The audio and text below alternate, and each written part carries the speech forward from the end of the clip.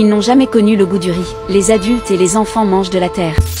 Pardon, regarde cette vidéo d'abord, juste 30 secondes. 30 secondes seulement. Pouvez-vous le croire? Il y a vraiment des pays dans le monde qui sont si pauvres qu'ils mangent de la terre. Les gens mangent de la terre pour 3 repas par jour. Ce pays est la République d'Haïti. C'est l'un des pays les plus pauvres du monde. La plupart des habitants de ce pays n'ont pas de travail. Les habitants de ce pays n'ont probablement jamais mangé de riz de leur vie. Ils n'ont jamais connu le goût du riz. Les adultes et les enfants mangent de la terre. La terre qu'ils mangent provient des hauts plateaux du pays, parce qu'elle a meilleur goût sur les hauts plateaux, même s'ils sont si pauvres qu'ils mangent de la terre. Mais il faut quand même de l'argent pour acheter de la terre. La terre qu'ils achètent, elle doit passer par de nombreuses étapes de préparation. On y ajoute du sel, du beurre ou du sucre. Puis on la remue constamment. L'argile devient aussi fine que de la boue. On filtre ensuite les grosses impuretés à l'aide d'un tissu fin. On obtient ainsi la matière première des biscuits. Ensuite, on l'étale un peu sur le sol pour la rendre plus appétissante. On lui donne aussi la forme d'un biscuit. Enfin, elle est séchée au soleil. Le résultat est un délicieux produit de base croustillant. De nombreux habitants vendent également ces gâteaux comme une marchandise. Le prix d'un seau est d'environ 2 $. Regardez comme ils sont heureux de les manger dans leurs yeux, tant qu'ils ont un morceau de terre à manger. C'est une chose relativement heureuse. Mais en fait, manger cela ne les rassasie pas vraiment. Ce n'est pas non plus très nutritif. Ce n'est pas bon pour leur santé s'ils en mangent trop. Alors pourquoi continuent-ils à en manger? Parce que lorsqu'ils le mangent, la terre n'est pas digérée. Au lieu de cela, elle reste collée à l'estomac. Cela crée une illusion de satiété. C'est pourquoi nous voyons ces enfants. Ils sont tous très maigres. Mais il n'y a rien à faire. C'est leur vie. Survivre ici, c'est toute la force qu'ils peuvent rassembler. Et nous vivons dans un pays si merveilleux. Comment pouvons-nous ne pas être à la hauteur de la chance que Dieu nous a donnée? Chaque fois que vous avez envie de baisser les bras, pourquoi ne pas regarder cette vidéo? Les gens qui ont eu une vie si difficile continuent à sourire et à vivre, par rapport à toutes les mauvaises choses auxquelles nous devons faire face. Qu'est-ce que ça vaut? Je me rappelle, quand on était à notre première année universitaire, on se plaignait de la qualité de notre nourriture qu'on nous donnait dans notre restaurant universitaire. On se plaignait de la qualité. À chaque fois, on se plaignait. Jusqu'à on faisait des grèves pour ça. La qualité.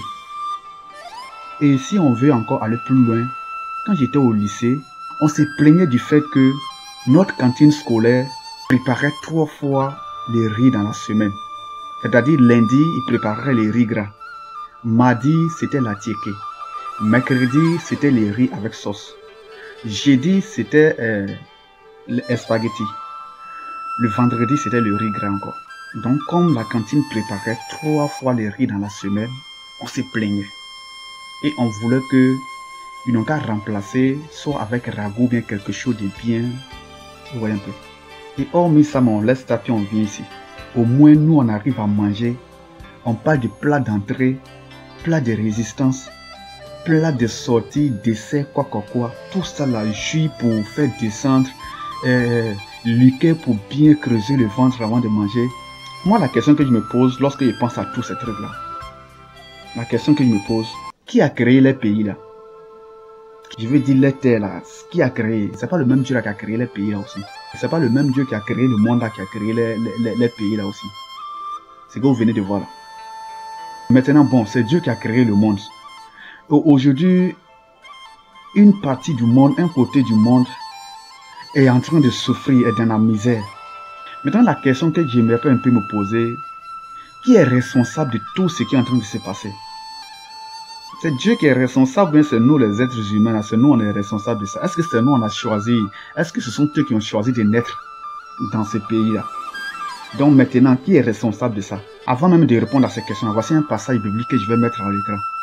Essayez de lire un peu 30 secondes, puis je vais poser la dernière question, on va arrêter la vidéo. Lisez.